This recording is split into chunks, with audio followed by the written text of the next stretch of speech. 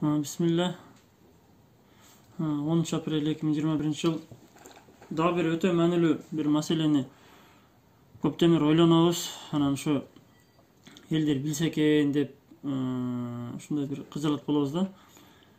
Эми өтө көп маселелер бар. Элдер мыйзамдарды билбеген үчүн көп зыянга учурашат да, үйлөрүн алдыртып, анан акчаларын кайтара албай. Анан элдерге ушу бир жакшы мындай сапаттуу видео монтаж кылайлы дейсиң, анан убакыт өткөтөр экен ошого эптеп сапаттуу болбосо дагы эптеп мындай айта берели. Буюрса кийинкилеринде сапаттуураак кылып видео чыгарабыз монтаждары менен. Бир юридикалык бир термин бар, түшүнүк. Донун эскирүү мөөнөтү деген. Орусча айтканда срок исковой давности.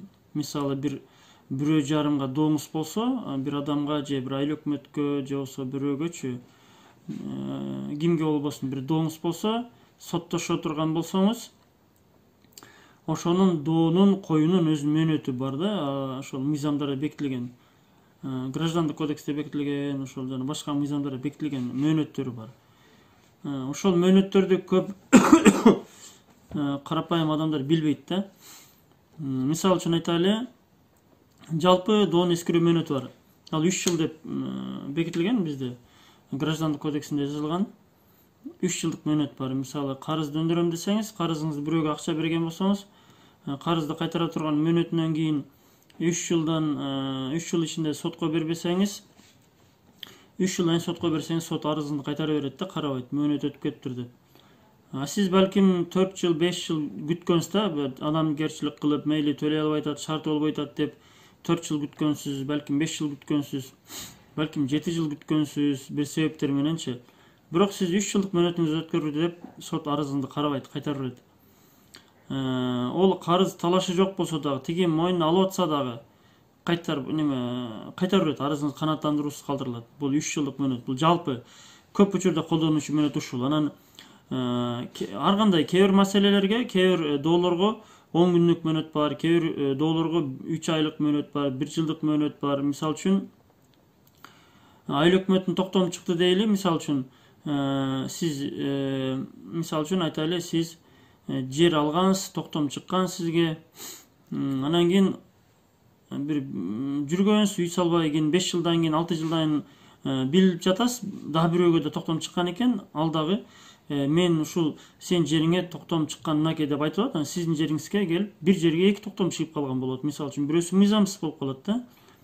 Анан сиз ал токтомду билдиңиз, көчүрмөсүн алдыңыз, анан тияк бияк болуп жүрдүңүз, анан сотко берем деп антимитип бир нерсе болуп үйүңүздө иштер чыгып калып, ал токтом жокко чыгарыш керек экен деп коюп жүрдүңүз, анан 3 ай мүнөт да токтом жокко чыгаруу.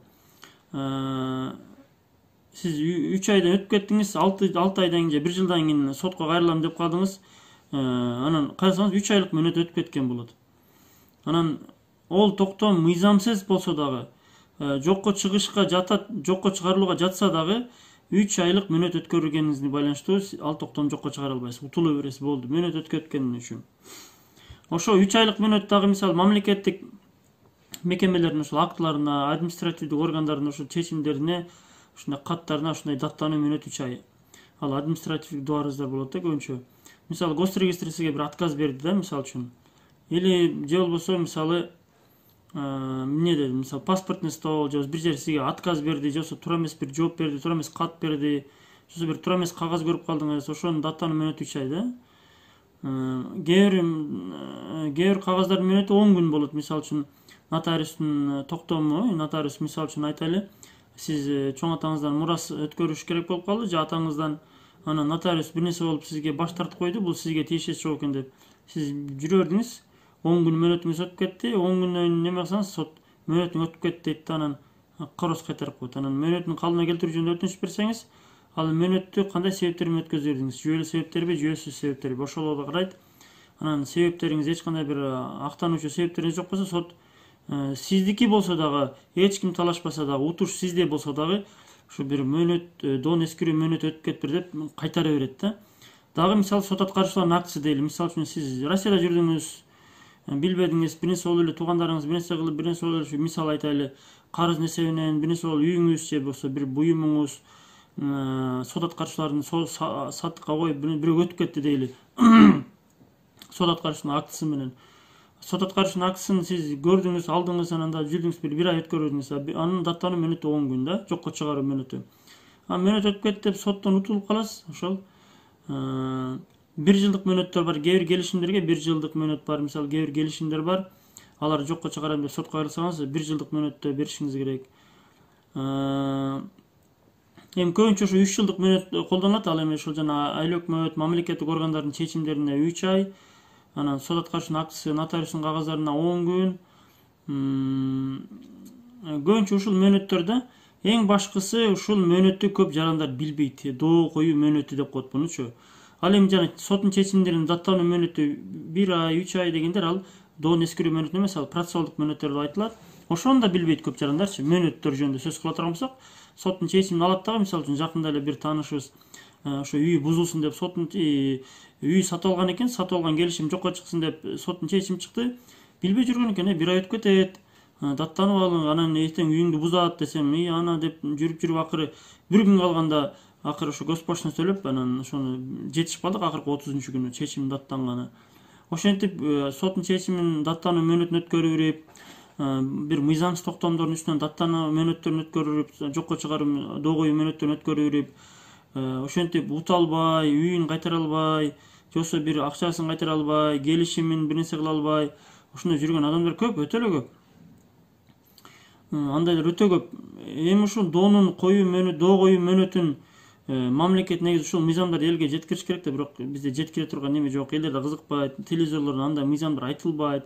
Элдер болсо акыры келип туруп адвокат жалдап сотко кайрылабыз дегенде гана билип калат. Анан адвокаттар эптеп аракет кылып, билбептир, анан билбеген экен деп эптеп, ошону билбеген кылып далилдеп, эптеп ошентип адвокаттар гана ошол бир эптеп жолун табып, ошол доо коюунун мөөнөтүн өткөрүлгендигин, жүйөлүү себептерген өткөрүлгөн деп далилдеп отуруп, акыры ошол көбүнчө адвокаттардын жардамы менен гана ошол доосун мөөнөтүн калдына келтирет.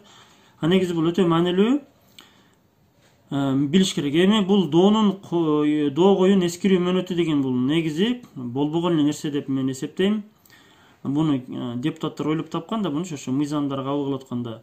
Бул эмненин негизинде 3 жылды коюшкан, неге таянышкан 3 жыл деп. Карапайым адамдар билбейт да. Мисалы, бир эле мисал айтайын, бир киши 30 жылдан бери бир, мисалы үчүн бир мүлктү пайдаланып келген 30 жылдан бери, анан акыры сатып алган, 15 жыл мурун сатып алган, билбей жүрө берген, эски адам, билбей оформление кылбай жүрө берген. Анан кийин эч ким талашпайт, баардыгы билет ал өзү колдонгонун. Анан госрегистрге барса, бир болбогон эле шылтоолор менен бул үйүңүз андай экен, тигиндей экен деп болбогон эле бир жаш баланын сөздөрүн жазып эле анан отказ берип коет. Бул үйдү сизге, мүлктү сизге каттай албайбыз деп. Анан биз ал чечимине даттанып 3 айда мөөнөттө даттаныш керек да. Анан даттанып орто жолдо дагы бирөөсү акыл үйрөтө коет. Сиз мындай кылбайсыз деп, анан ошондой кылам деп арызын кайтарып алып, анан кайра берип, ортодо милицияга, прокуратурага жазып отуруп, ортодо 3 ай өткөрүлөт жүйөлүү себептер менен. Анан сот 30 жылдан бери иштеп келген, канча мээнет арнаган, эч ким талашпайт ал мүлкүнчү. Ал өмүр ошого арналып кеткен, ошол жерде өмүр бою ошол мүлктү колдонуп келген да. Мисалы үчүн сарай десек да. Анан сот мөөнөтүн өткөрүптүр деле болду. Ушу бир болбогон эле бир тупой бир беренелер бар, кээ бир мындай бир же пайдасы зыян билинбейт ошол. Бул берене, бул доонун коюу мөөнөтү менин оюмча пайдасы жагы билбейм кандай канчалык экен, кандай максатта мындай чиктеп коюшкан.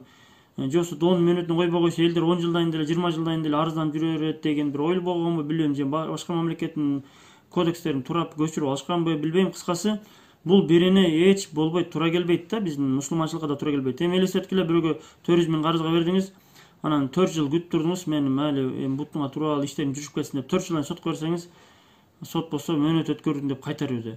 Бизде мусулманчылыкта эч кандай мөөнөт жок да. Өлгөнгө чейин, өлгөндөн кийин да кыяматта деле ал карызды доолай берет да. Кээ бир ынсабы жок адамдар мөөнөтүн өткөрдү деп туруп ошентип карызды төлөбөй койгон учурлар бар, карызын өндүрө албай. Анан ошентип күйүп кеткендер адамдар көп эле негизи тажрыйбада. Ушул мыйзамды өзгөртүш керек да. Бул доону коюу мөөнөтүн мынчалык чектебеш керек. Эгер чектелген болсо, анда элдерге доону коюу мөөнөтү эскирет экенин элдерге тынбай айтып, жеткирип туруш керек.